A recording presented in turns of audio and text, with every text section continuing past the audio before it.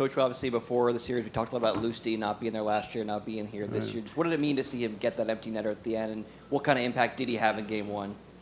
Well, we always thought highly of him last year, but I think absence makes the heart grow fonder. When he missed that series, we really noticed it. It changed so much of what we do. He's been a really good player for us this year. He's one of those guys on a team that doesn't get mentioned first, but if you come into the room, he's one of those guys you need, right? He's one of those all-around players that grinds hard, that makes good plays, that blocks shots, that's probably focused on the defensive side of the game, so it doesn't get quite as much notoriety, but really important part of our team. Front right.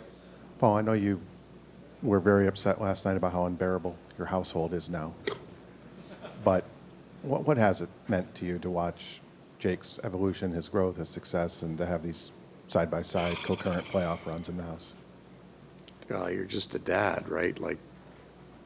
So I think my overall favorite part is he's fallen in love with a game that I did, but found a different way to fall in love with it. And is probably more passionate about it than I am. So that's a fun thing to watch your kid go through. You always want them to kind of like find a purpose, find their thing, find their reason. And he hit it at 16, right? He got this kind of unusual break to call a game, and he was just wired for it ever since. So, yeah, I'm thrilled for him. It's really important to be associated with such a good organization, so very well run. Craig Brush, who's the president of that, I knew 40 years ago in Detroit. He came through the CompuWare group with me, so I met him years and years and years ago. And Mr. Kermanis, the owner of my junior team, was the original owner of that team. So there's almost family connections to it.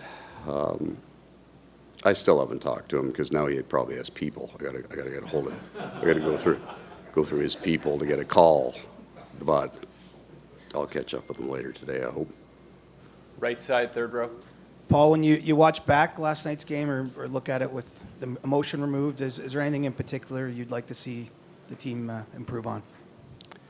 I think it happened during the game. We liked our third period an awful lot of the game, and that would be the way we would like to look. There wasn't necessarily anything new. Some of this is contextual, and it's probably good for us to see. We score early in that game, and you find sometimes in those pressure games, the team that scores early, the other team gets to their game right away. It kind of, if it goes to even for a long period of time, there's just constantly feeling each other out, right? And that wasn't. So we get the one. They get some good chances in the first. They're feeling good, and why wouldn't they? We got a big save on the PK and then score again. So now you're sitting there, 38 minutes of hockey left to go. We're up 2. We're going to see them at their most dynamic and explosive, and they were 4 and 5 up the ice. Tremendous amount of speed off the rush, so it's good to see that. And then we liked our third, and for us, we hope that would be a starting point. Left side, third row. You've got a real good shutdown center in Barkov, obviously, real good shutdown D-man among a few in Forsling. What's the benefit of having kind of one of each? And in your experience against somebody like McDavid, the difference between assigning a center to that versus a D or a D pairing?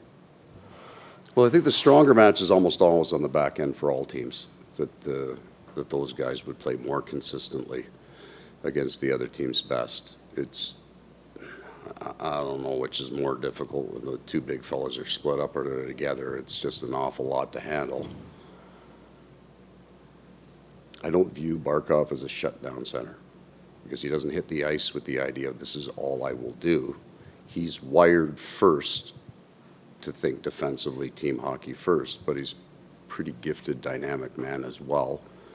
And he carries that weight of having to do both. And there's a challenge to it, but as you will see with there's always a give and take in that. We need Barkov also to push the offensive envelope to make the play he made on the first goal. So it's not a sit-back gap game where all he does is grind it out. He's far more gifted than that. Right side, first row. Hey, Paul, you kind of hinted at it there, but how does Draisaitl in particular make your life difficult? Like he's carrying his own line, then he's matched up, or he's spotted with Connor, coming off a power play, or when they're playing from behind, he's on the power play. Well, you could just keep going, man. You got it. You don't need me to answer that question for you. And I mean this respectfully to all of you, because it's me too. You have become desensitized to how good those two players are. And I understand why. You see it every night, and they are so dynamic and so special. But after a while, you get used to it to the point that you'll start saying, why doesn't it happen every shift? Well, it almost does. They are truly special players because of all aspects of the game. You can do all things right and still not stop them. So you have to have layers, you have to have gap, but I don't know how the heck you gap that speed. They're just dynamic. Left side, second row. Paul, can I ask you a little more on Jake? How much has he helped you sort of evolve with the media? I know that he's not technically media, but it feels like being around you the last two postseasons, you've really helped us do what we need to do with some of your answers.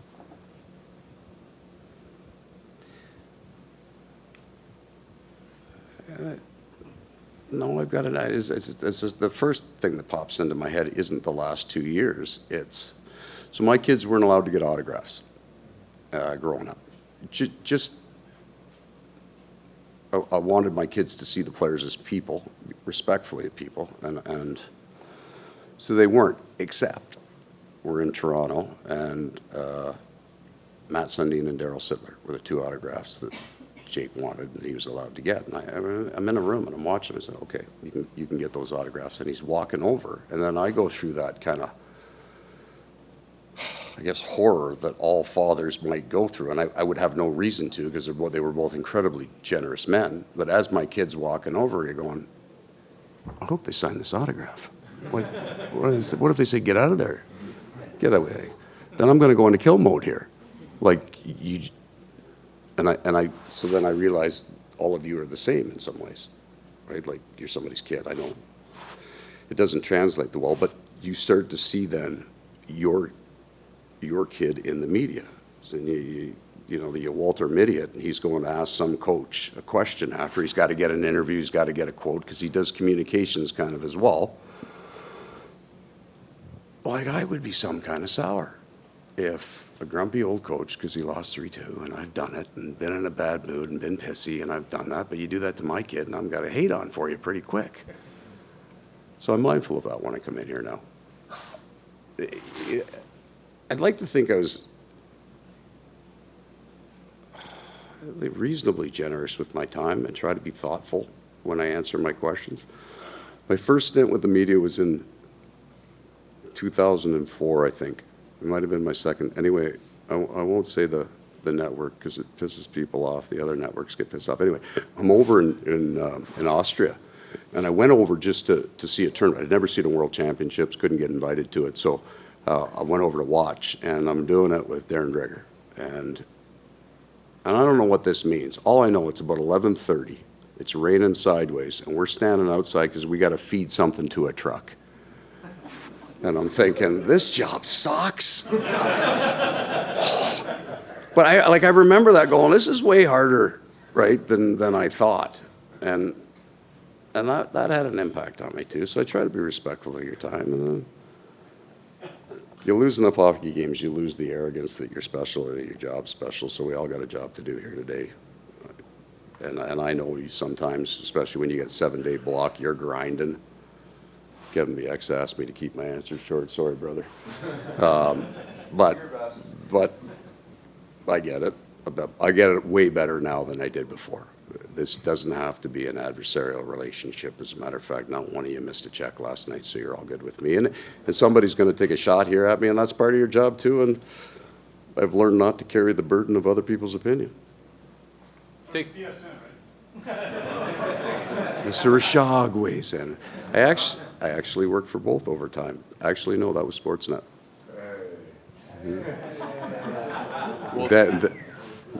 Mark Morrison was the guy that got me in. Yeah, and then I went over and spent some time with Steve Dryden at DSN. Yeah. a few more questions for Coach. Right side, fourth row. Paul? Did a little hockey night in Canada too. I'm just looking over there. Sorry. So you've been doing this for a while. I'm asking you about guys who are playing hurt. and they want to play, and I know the respect that guys get when they're, in the old days, they would take a needle, I don't know what they're doing now, to get into games. At some point, when a coach sees a player who just can't get there, who's not as effective, tell me about your role in making the decision that maybe it's time for that guy to sit down. Matthew Tkachuk, last year.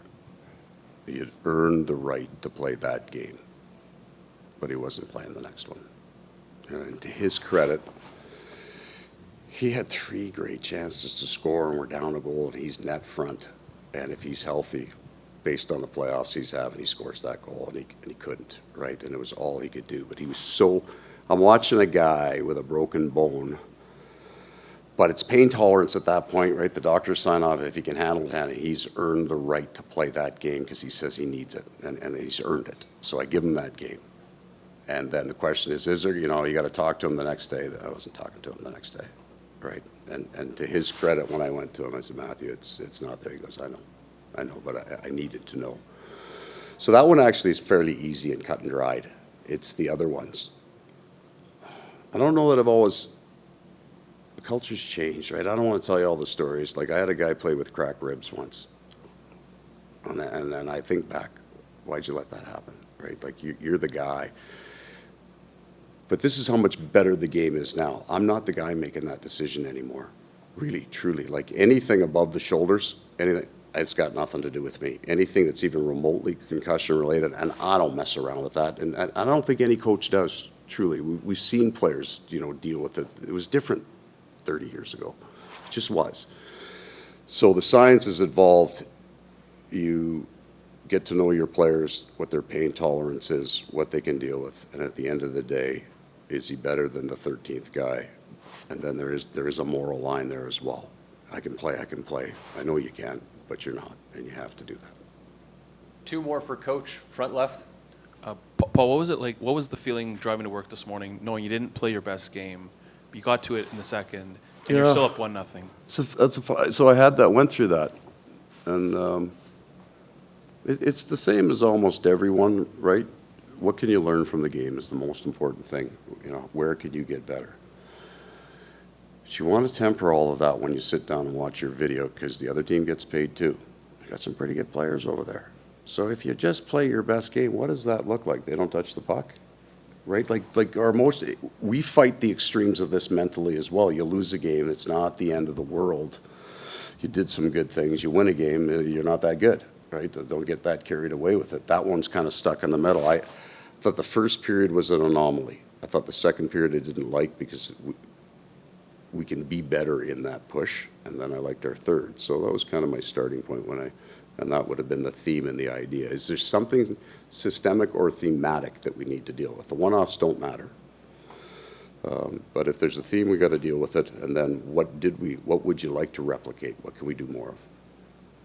Last question, right side, third row. Yeah, Paul, I know you touched on it, but just to expand, my colleague Ryan Rashaw calls it a nuclear option when they decide to put the 2 guys together in the same line. And do you guys communicate in that moment? After the PK they're going to do it, and there's other moments, but do you communicate, or is it all understood in the pre-scout how you guys are going to try to handle the next couple of shifts, not just against them, but then the shift after that? We would know. We look a certain way coming off the bench, off power plays and penalty kill. That's easily found by the other team. There was a slight adjustment by us in terms of minutes and to handle that specifically. And then there's always a give and take for both teams. Put them 2 together, it's not bad. But then there's not one of them on the other line. That's just right. We can do the same thing. And so at the end of the game, we've got Luostarinen left wing with Barkov and Reinhardt. Well, they're pretty good at that, but they're also going to be short a man. So, but I don't run that all year. Right? You put it together in the context that it comes. They do. We have a plan for it. Everybody has a plan for it. Hasn't worked, right? The numbers say it absolutely has not worked. So you just hope you get enough minutes while it is.